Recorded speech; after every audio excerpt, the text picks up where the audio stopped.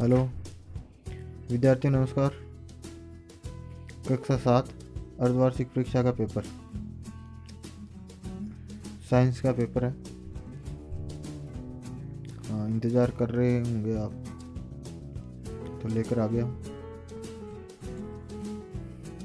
Video को ज़्यादा से ज़्यादा शेयर करना है, लाइक करना है, सब्सक्राइब, ताकि जब भी मेरा अगला वीडियो आएगा आपको नोटिफिकेशन तुरंत प्राप्त हो जाएगा।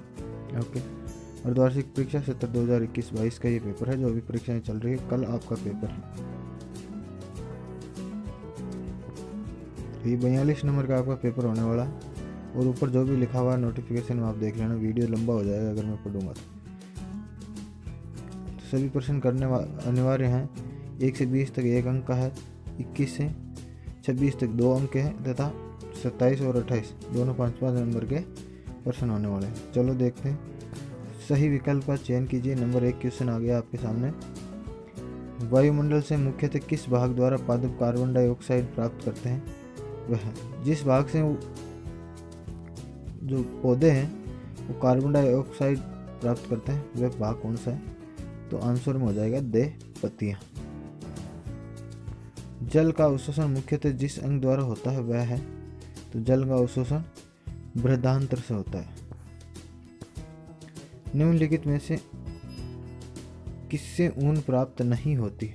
साथियों, नहीं होती है पूछा है तो याक, ऊंट, बकरी, इन सभी से जो है हमें ऊन प्राप्त होती है, लेकिन घरने वालों वाला अगर कुत्ता है तो उससे ऊन प्राप्त नहीं होती है, केवल दिखावटी होता है। तो इसका भी आंसर जो है दे हो जाएगा। चौथा क्वेश्चन, जो पदार्थ अपने से होकर ऊष्मा को आसानी से जाने देते हैं क्या कहलाते हैं? तो साथियों, वो ऊष्मा रोधी कहलाते हैं। ओके, से आंसर इसका सही हो जाएगा। निम्न में से कौन सा विकल्प उष्णकटिबंधीय क्षेत्र का सबसे अधिक वर्णन करता है? तो कौन सा विकल्प जो है उष्णकटिबंधीय क्षेत्र का सबसे अधिक वर्णन करता है? तो साथियों, इसमें मध्यम तापमान, अधिक वर्षा, आंसर में हो जाएगा वह। निम्नलिखित में से किस स्थान पर चक्रवात आने की संभावना नहीं होती? तो साथियों, अमृतसर जो उत्तर भारत के पंजाब में स्थित है, वहाँ जो है चक्रवाती तूफान वगैरह इतने आने की संभावना नहीं होती है। जंग लगने के लिए आवश्यक है? तो जंग लगने के लिए ऑक्सीजन और जल की आवश्यकता पड़ती है। आंसर इसका से हो जाएगा सही। 30 डिग्री सेल्सियस के 1 लीटर जल को 50 डिग्री सेल्सियस के 1 लीटर जल के साथ मिलाया गया तो तापमान होगा?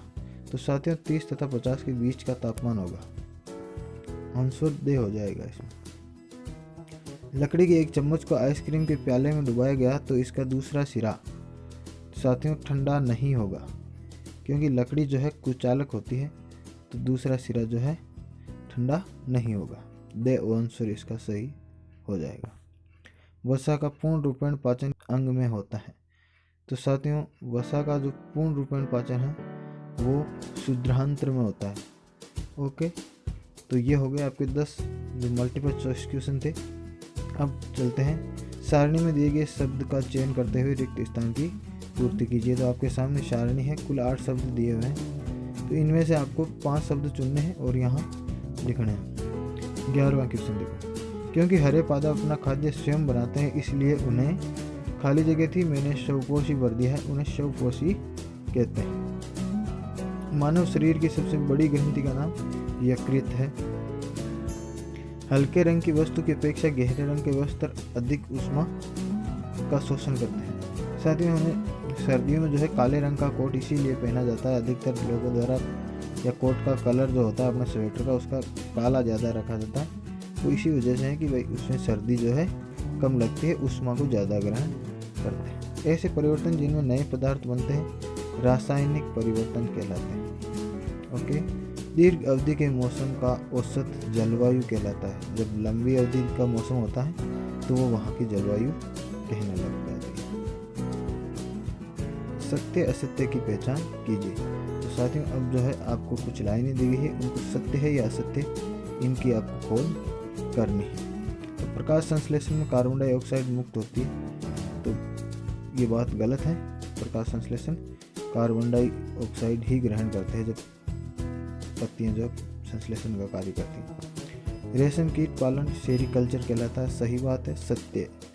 18वां क्वेश्चन देखो, नाइट्रिक अम्ल लाल लिटमस पत्र को नीला कर देता है, यह भी सही बात है, तो यहाँ भी सत्य ऑप्शन सही हो जाएगी। लोहा और जंग एक ही पदार्थ है, ये गलत बात है, अलग अलग पदार्थ हैं। पवन गतिशील वायु है, सही बात है, हवा चलती है, तो इसका आंसर भी आपका सही हो जाएगा। अब देखो क्वेश्चन नंबर 21, उन घटकों के नाम बताइए जो किसी स्थान के मौसम को निर्धारित करते हैं। तो किसी स्थान के मौसम को निर्धारित करने वाले घटक हैं वह तापमान, आर्द्रता, वर्षा, वायु की गति, दाब, वायु दाब आदि। ओके, 22वां क्वेश्चन देखो, मौसम और जलवायु में से किस में तेजी से परिवर्तन होता है। तो साथियों मौसम जो है जल्दी बदलता है, जलवायु जो है वो धीरे धीरे बदलती है। ओके, मौसम जब लंबे समय तक मौसम ऐसा ही रहता है तब जलवायु कहा जाता है, तो मौसम इसमें तेजी से परिवर्तन हो जाता है। ऊष्मा चालक तथा ऊष्मा रोधी प्रत्येक के दो दो उदाहरण लिखो। तो ऊष्मा चालक तथा ऊष्मा रोधी के जो निम्नलिखित उदाहरण, ऊष्मा चालक तो है लोहा और तांबा, और ऊष्मा रोधी है रबड़ और प्लास्टिक। ओके, निम्नलिखित शब्दों के अर्थ लिखो। पालन और ऊन कटाई, तो अपने को पालन में कहते हैं वित्तीय लाभ के लिए कुछ विशेष प्रकार के जंतुओं का रखरखाव और उनका पोषण करना पालन कहलाता है, जैसे मुर्गी पालन, बकरी पालन आदि। दूसरा हो जाएगा ऊन कटाई, पशुओं के शरीर जैसे भेड़, बकरी, ऊँट आदि के शरीर के ऊपर से बालों को काटना या उतरवाना ऊन कटाई कहलाता है। ओके, 25वां क्वेश्चन देखो, चक्रवात किसे कहते हैं। तो कम वायुमंडलीय दाब के चारों ओर गर्म हवा के तेज आंधी को चक्रवात, दक्षिणी गोलार्ध में इन गर्म हवा को चक्रवात के नाम से जानते हैं। निम्नलिखित प्रश्नों के अंतर्गत होने वाले परिवर्तनों को भौतिक तथा रासायनिक परिवर्तन के रूप में वर्गीकृत कीजिए। हमें पता लगाना कि कौन सा रासायनिक परिवर्तन है और कौन सा भौतिक। तो प्रकाश संश्लेषण ये रासायनिक परिवर्तन है, जल में शक्कर का घुलना ये भौतिक परिवर्तन है, कोयले का जलना रासायनिक परिवर्तन है, और मोम का पिघलना ये भौतिक परिवर्तन है। ओके, क्वेश्चन नंबर 27, अम्लों और क्षारकों के बीच में अंतर बताइए। तो अम्ल का जो मान है pH मान वो 7 से कम होता है, क्षार का जो है वो pH मान जो है 7 से अधिक होता है। अम्ल का स्वाद खट्टा होता है जबकि क्षार का स्वाद थोड़ा कसेला होता है। इस प्रकार से आपको आंसर लिख देना है। 28वां और आखिरी क्वेश्चन आपके सामने आ गया है, किसी स्थान पर पवन की गति की दिशा का पता लगाने के लिए दो विधियां बताइए। तो साथियों पहली विधि है, किसी स्थान पर पवन की गति दिशा ज्ञात करने के लिए वायु दिशा मापक यंत्र उपयोग में लाते हैं। इसमें एक 75 सेंटीमीटर लंबे तीर को जिसके पीछे चौड़ी पत्ती लगा दी जाती है, एक सीधी दूरी पर इस प्रकार लगाते हैं कि वे क्षैतिज दिशा में स्वतंत्र पूर्वक घूमकर वायु की दिशा को बता सके। दूसरी है भाई पतंग। हम जो साथियों अभी मकर संक्रांति आने वाली है और हम पतंगबाजी करते हैं, तो जो पतंग है उसको अगर हम आसमान में उड़ाएंगे तो हवा किस तरफ चल रही है वो उसी तरफ चलेगी, तो इससे हमें हवा की जो दिशा है उसका पता लग जाएगा।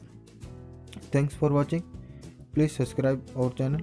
हमारे चैनल को सब्सक्राइब कर दीजिए, जैसे ही अगला वीडियो आएगा आपको नोटिफिकेशन मिल जाएगा। थैंक यू, सब्सक्राइब कीजिए, लाइक कीजिए, शेयर कीजिए, ओके, कमेंट कीजिए।